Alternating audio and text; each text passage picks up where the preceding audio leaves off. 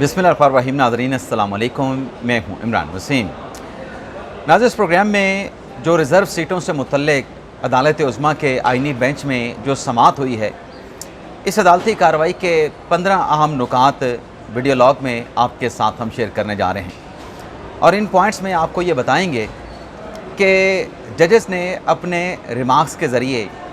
तहरीक इंसाफ के वकील से सच कैसे उगलवाया, वो सच क्या है। दूसरा, जस्टिस हाशिम काकड़ के रिमार्क्स ने खेल का पांसा कैसे पलटा है। अदालती कार्रवाई में आज डंडे का जिक्र भी हुआ। ये डंडे का जिक्र क्यों हुआ और तहरीक इंसाफ के वकील ने रहम की अपील क्यों की। सलमान अकरम राजा अदालती कार्रवाई से क्यों उठकर चले गए। तो आज की इस अदालती कार्रवाई का जो अहवाल है वो प्रोग्राम में आपके साथ हम शेयर करने जा रहे हैं, लेकिन व्लॉग में जो तफसीलात आपके साथ हमने शेयर करनी है उन डिटेल पे आने से पहले दो बातें हैं। एक तो आपसे दरख्वास्त के चैनल को सब्सक्राइब कर लें, बेल आइकॉन का बटन प्रेस करें, वीडियो पसंद आए तो इसे लाइक और शेयर ज़रूर कीजिएगा। दूसरी नाज़रीन जो बात है, जो आइनी बेंच में जजेस ट्रांसफ़र केस की जो समाअत हुई है, आज की अदालती कार्रवाई में एडवोकेट जनरल पंजाब का एक नया नुक्ता सामने आया है। उस नुक्ते पे आज फ़ैसला नहीं हो सका और दूसरा फ़ैसला ना होने की वजह ये है कि बैरिस्टर सलाहुद्दीन उन्होंने आज भी दलाइल दिए हैं और आज का तमाम जो वक्त है वो बैरिस्टर सलाहुद्दीन साहब ले गए हैं। और अदालती कार्रवाई के अख्ताम पर जब उनके जवाब में दलाइल मुकम्मल हुए तो हामिद खान साहब ने अपने दलाइल का आगाज़ किया था और केस की समाअत को कल तक मुलतवी कर दिया गया है। लेकिन एडवोकेट जनरल पंजाब ने जो नुक्ता उठाया है उस पर भी अदालत ने कहा है कि पंजाब के principal law officer Amjad Parvez साहब के भी दलाइल देना पड़ेंगे, वो भी आर्गू करें और उनके आर्गूमेंट्स पे जो दीगर वकला हैं उनसे भी जवाब लिया जाएगा। तो ये जो जजेस ट्रांसफ़र केस की समाअत हुई है, इसका अहवाल रात के वीडियो लॉग में आपके साथ हम शेयर करेंगे। बड़े अहम सवालात आज की अदालती कार्रवाई में ख़ास तौर पे जस्टिस मोहम्मद अली मदर साहब ने बड़े अहम सवालात उठाए हैं। तो अब बात करते हैं जो रिज़र्व सीटों के केस की समाअत हुई है। जब अदालती कार्रवाई का आगाज़ हुआ तो सुन्नी इत्तेहाद कौंसिल के वकील फैसल सदीकी साहब, जो अब पाकिस्तान तहरीक इंसाफ के वकील बन के सामने आए हैं, उनकी तरफ से ईद कुर्बान की बेंच के जजेस को और जस्टिस अमीनुद्दीन खान साहब को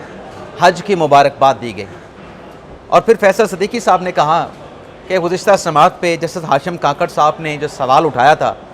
कि बच्चों की तरह अदालती फ़ैसले को ना पढ़ें, आइनी और कानूनी जो नुकात हैं उस पर दलाइल दें। तो फैसल सदीकी साहब ने कहा कि मैंने जो अदालती फ़ैसला है उसको शॉर्ट करके 3 पेजेस पर मैंने कंसिस्ट कर लिया है, तो मैं अब 3 जो सफ़ात हैं वो अदालत के सामने पढ़ूँगा और अपना जो लीगल आर्गूमेंट्स है वो अदालत के सामने रखूँगा। जिस पर जैसे हाशिम काकड़ साहब ने कहा कि अगर मेरे सवाल से या मेरे रिमार्क्स से आपको दुख हुआ है, आपने दिल पे मेरे रिमार्क्स ले लिए हैं, तो मैं अपने रिमार्क्स जो है वो विड्रॉ करता हूँ। जिस पर फैसल सदीकी साहब ने कहा लाइटर नोट पे कि मेरी जो वाइफ़ हैं उनकी तरफ से भी कहा गया था कि ये आप अदालत में क्या कर रहे थे, तो इसलिए भी मैंने जो अपने आर्गूमेंट्स हैं, जो अदालती फ़ैसला है, उसे 13 सफ़ात के ऊपर जो है कंसिस्ट कर दिया है, महदूद कर दिया है। जिस पर जैसे जमाल खान मंदुखेल साहब ने फैसल सदीकी साहब से कहा तो फिर तो आपने बात जैसे हाशिम काकड़ की नहीं मानी, आपने तो फिर अपनी वाइफ़ की बात मानी है। तो फैसल सदीकी साहब ने कहा कि हाशिम काकड़ साहब की जो बात है वो तो गाजर की तरह है, कैरेट की तरह है,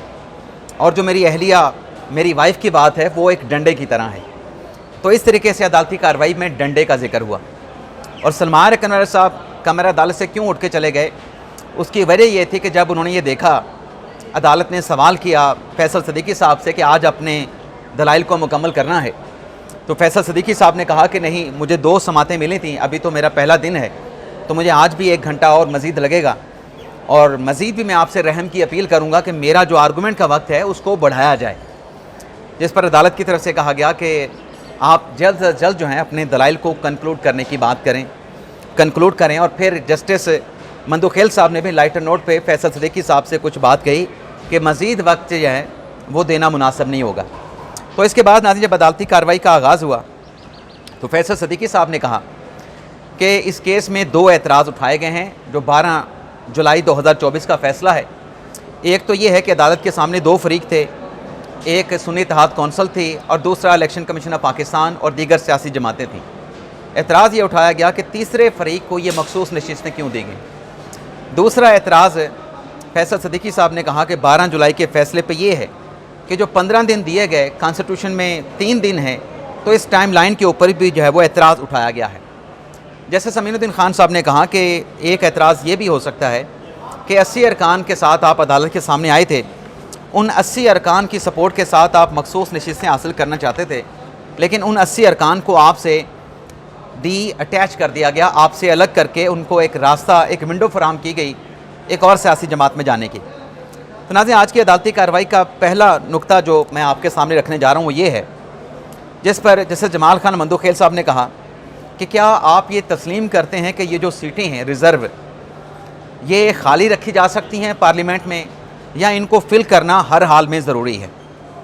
जिस पर फैसल सदीकी साहब ने कहा कि मेरी राय क्या अहमियत रखती है, मैं तो जो मेजॉरिटी फ़ैसला है उसको एंडोर्स करता हूँ। 13 जजेस की तरफ से कहा गया है कि ये सीटें खाली नहीं रखी जा सकती। जैसे जमाल खान मंदोखेल साहब ने दोबारा पूछा कि आप ये बताएं कि क्या फिर आप इस बात को सपोर्ट करते हैं कि ये सीटें वेकेंट नहीं रखी जा सकती, तो फैसल सदीकी साहब ने कहा कि अक्सरियती फ़ैसला यही है और मैं अक्सरियती फ़ैसले को सपोर्ट करता हूँ। यानी ये जो बात आज उनसे रज़ामंदी ली है, जो उनसे उनका कंसेंट लिया है सुन्नी इत्तेहाद कौंसल उब्लीग तहरीक इंसाफ के वकील फैसल सदीकी से, ये बात तो आज की अदालती कार्रवाई में एक मरतबा फिर तय हो गई है कि पार्लियामेंट में जो सीटें हैं रिज़र्व, उनको खाली नहीं रखा जा सकता, पार्लियामेंट को नामुकम्मल नहीं रखा जा सकता। दूसरा पॉइंट नाज़रीन, फैसल सदीकी साहब ने कहा कि जो दस्तावेज़ात अदालत के रिकॉर्ड पे आई थी, मैंने उन दस्तावेज़ात को एक डॉक्यूमेंट की सूरत में, एक मुतफ़र्रिक़ दरख्वास्त की सूरत में अदालत के सामने जमा करवा दी हैं, और उससे ये ज़ाहिर होगा कि तमाम जो उम्मीदवार थे वो पाकिस्तान तहरीक इंसाफ के उम्मीदवार थे और पाकिस्तान तहरीक इंसाफ की सपोर्ट के साथ उन्होंने इलेक्शन लड़ा था। जस्टिस जमाल खान मंदोखेल और जस्टिस मोहम्मद अली मज़हर ने कहा कि सुन्नी इत्तेहाद कौंसल और जो पाकिस्तान तहरीक इंसाफ है वो अलग अलग इंटिटी हैं, अलग अलग सियासी जमातें हैं। इन दोनों जमातों के अलग अलग अपने कॉन्स्टिट्यूशंस हैं, तो अदालत की नज़र में, कॉन्स्टिट्यूशन की नज़र में और कानून की नज़र में बेशक आपके सुन्नी इत्तेहाद कौंसल के और तहरीक इंसाफ के मफादात यकसा भी हों, लेकिन इन्हें एक सियासी जमात या एक इंटिटी के तौर पे कंसीडर नहीं किया जा सकता। तीसरा नुक्ता नाज़रीन ये है आज की अदालती कार्रवाई का, जैसे जमाल खान मंदोखेल ने कहा कि क्या ये हकीकत नहीं है कि जो इलेक्शन कमीशन का फ़ैसला था जिसमें PTI के कैंडिडेट्स को इंडिपेंडेंट डिक्लेयर किया गया, उस फैसले को सुप्रीम कोर्ट में किसी ने चैलेंज नहीं किया। क्या ये हकीकत नहीं है कि जो इलेक्शन कमीशन का फ़ैसला है आज़ाद उम्मीदवार का, और फिर जो आज़ाद उम्मीदवार सुन्नी इत्तेहाद कौंसल में गए, किसी उम्मीदवार ने आके कमरे अदालत में ये नहीं कहा कि उनको सुन्नी इत्तेहाद कौंसल में शमूलियत के लिए मजबूर किया गया था।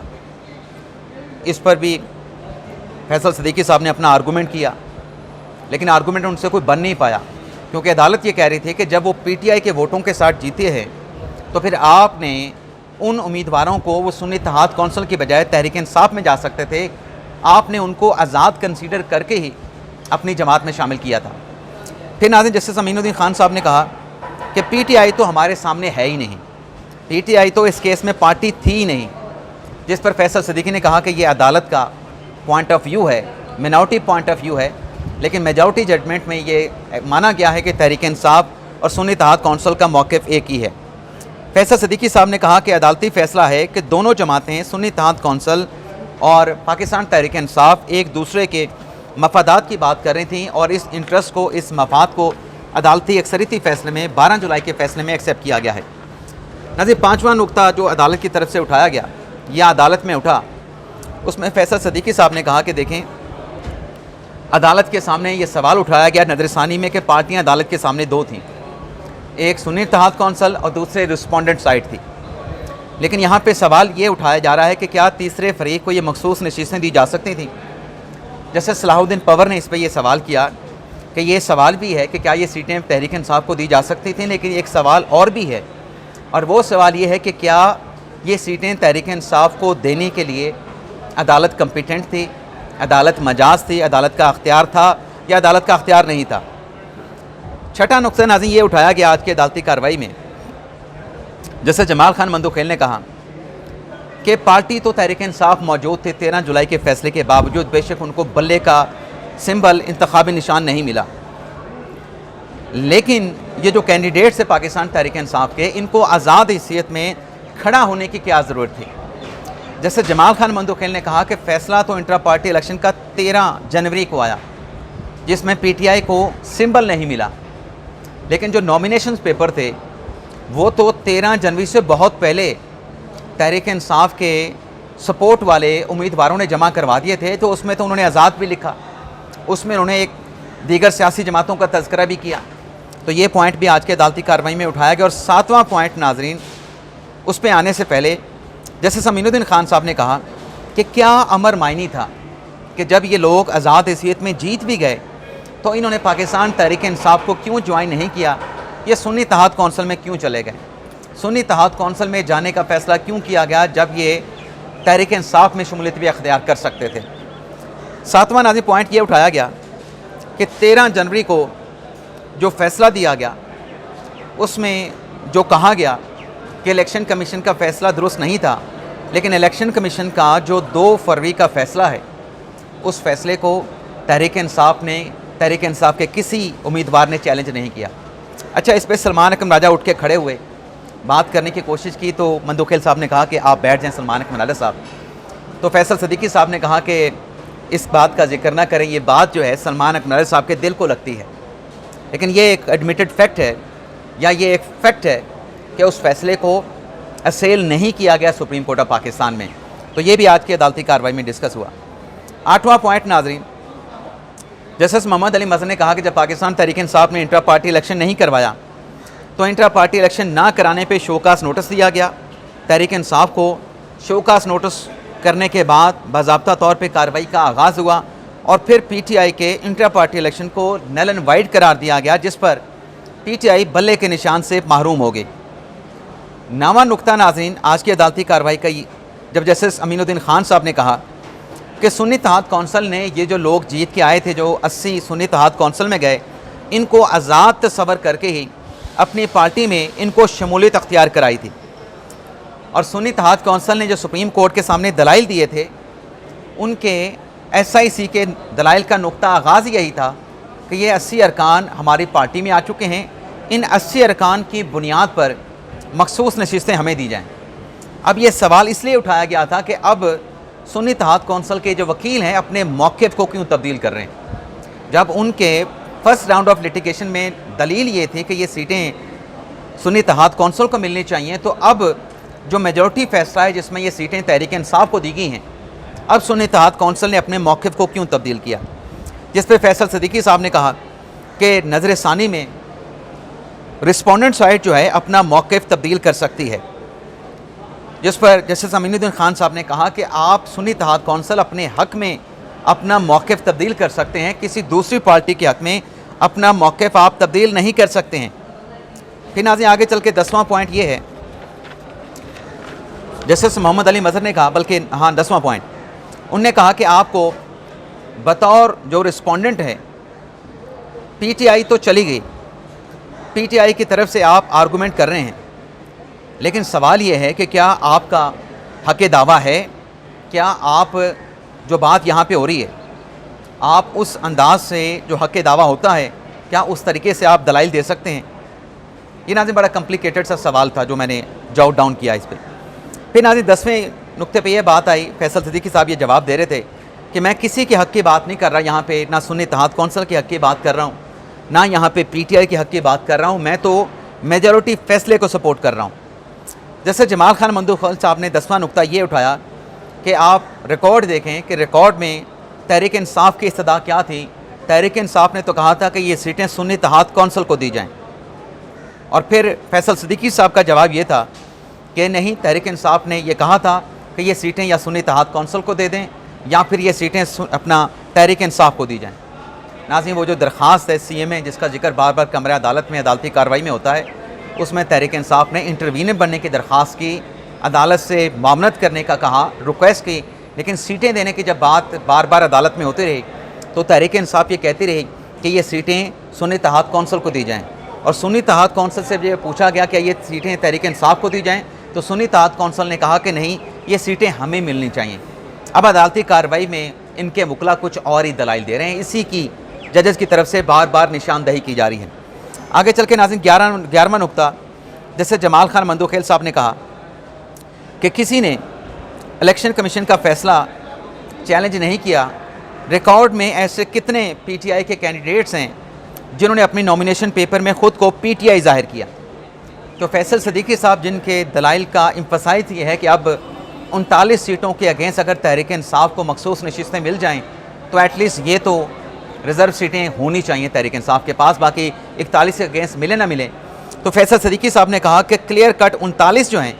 उन्होंने तो अपने नॉमिनेशन पेपर में ये लिखा था कि उनका ताल्लुक़ जो है वो पाकिस्तान तहरीक इंसाफ से हैं। तो फिर अदालत ने सवाल किया कि जब वो 39 पाकिस्तान तहरीक इंसाफ के थे, एटलीस्ट उन्होंने फिर जीतने के बाद सुन्नी इत्तेहाद कौंसिल में क्यों शमूलियत अख्तियार की। अदालत ने उनसे कहा, क्या आप मानते हैं, तस्लीम करते हैं कि तहरीक इंसाफ की जो लीगल टीम थी, इलेक्शन के दौरान, नॉमिनेशन पेपर के दौरान उनकी तरफ से गलतियाँ हुई, इलेक्शन कमीशन के फ़ैसले को चैलेंज किया गया। तो इस पर फैसल सदीकी साहब ने कहा कि बिल्कुल मैं इस बात के साथ एग्री करता हूँ कि पीटीआई की लीगल टीम से गलतियाँ हुई हैं। जिस पर सलमान कमरानी साहब रोस्टरों पे खड़े हो गए और उनकी तरफ से कहा गया कि नहीं, मैं इस बात के साथ एग्री नहीं करता कि पीटीआई की लीगल टीम से गलतियाँ हुई हैं। आगे चल के नाज़रीन बात हुई जो 12वां पॉइंट है, बल्कि 13वां पॉइंट है। जैसे जमाल खान मंदोखेल साहब ने कहा कि जो हमने रिकॉर्ड की असेसमेंट की है उसमें सिर्फ 14 ऐसे कैंडिडेट्स हैं आज़ाद जिन्होंने अपनी नॉमिनेशन पेपर में तहरीक इंसाफ लिखा था, 39 नहीं है जैसे जमाल खान मंदोखेल ने कहा। उन्होंने कहा कि हमने अगर फ़ैसले में 39 की अगर कोई तकसीम की, वो उस बुनियाद पे की कि शायद कुछ के जो सर्टिफिकेट्स हैं, पार्टी एफिलिएशन का सर्टिफिकेट है, पार्टी टिकट है, वो शायद मिसप्लेस हो गया हो। जिस पर जस्टिस अमीनुद्दीन खान ने कहा कि एक उम्मीदवार ने 4 नॉमिनेशन पेपर जमा करवा रखे थे, तो हमारे सामने तो वो मुकम्मल रिकॉर्ड था ही नहीं, तो हम इस इशू को कैसे डिसाइड कर सकते थे कि इतने पीटीआई के हैं, इतने आज़ाद हैं। और फिर जैसे मंदोखेल ने भी कहा, फिर 41 अरकान को दूसरी सियासी जमात में शमूलियत का रास्ता दिया गया, जबकि वो 41 सुन्नी इत्तेहाद कौंसिल में शामिल हो चुके थे। 14वां पॉइंट नाज़रीन ये है, जैसे जमाल खान मंदोखेल ने कहा कि आपने वो फ़ैसला चैलेंज नहीं किया, लेकिन आपके फ़ैसले चैलेंज ना करने के बावजूद आपको वो कुछ मिला जो आपने मांगा नहीं था तहरीक इंसाफ ने। लेकिन अगर आप उस फैसले को चैलेंज कर लेते, इलेक्शन कमीशन के फ़ैसले को, तो शायद आपको अदालत से बहुत कुछ मिल जाता। तो नाज़रीन 15वां पॉइंट ये है कि अदालती कार्रवाई को कल तक मुलतवी कर दिया गया है। और एक और भी कमरा अदालत में बात हुई, जो खैबर पख्तूनख्वा के एडवोकेट जनरल हैं, additional advocate general Syed Kausar Ali Shah साहब, उनकी तरफ से कमरा अदालत में ये कहा गया कि हमने इस केस में पार्टी बनने की दरख्वास्त दी है, तो पार्टी बनने की दरख्वास्त हमारी इंटरटेन की जाए। जिस पर जस्टिस अमीनुद्दीन खान साहब ने कहा कि पहले फैसल सदीकी साहब के आर्गूमेंट हो लेने दें, अदालती कार्रवाई के अख्ताम पर आपकी दरख्वास्त को भी इंटरटेन किया जाएगा। तो नाज़रीन, मैं अदालती कार्रवाई से कोई 15-20 मिनट पहले उठ के बाहर आ चुका हूँ। कुछ देर के बाद ये अदालती कार्रवाई कल तक मुलतवी कर दी जाएगी, इसलिए मैं कह रहा हूँ कल तक मुलतवी कर दी गई है। लेकिन अगर कोई पॉइंट रह जाता है, आखिरी 15 से 20 मिनट में कोई और बड़ी डेवलपमेंट, कोई और रिमार्क्स, कोई बड़ी चीज़ सामने आती है, तो इंशाल्लाह शाम के वीडियो लॉग में जहां जजेस ट्रांसफ़र केस की समाअत का अहवाल आपके साथ हम शेयर करेंगे, बड़ी अहम अदालती कार्रवाई रही जजेस ट्रांसफ़र केस में। तो ये जो 15 से 20 मिनट का पोर्शन है, इसमें अगर कोई अहम नुक्ता सामने आता है, कोई अहम सवाल सामने आता है, फैसल सदीकी साहब कोई अहम नुक्ता उठाते हैं, किसी सवाल का जवाब देते हैं, तो इसको नेक्स्ट वीडियो लॉग में इसे भी हम इनकॉर्पोरेट जो है वो कर लेंगे। तो ये था नाज़रीन हमारा आज का वीडियो लॉग। उम्मीद करते हैं कि हमारी जो डिटेल्स हैं वो आपको पसंद आई होंगी। आपसे इजाज़त चाहते हैं। अल्लाह ताला हम सब का हामी नासिर हो। अपनी दुआ में याद रखिएगा।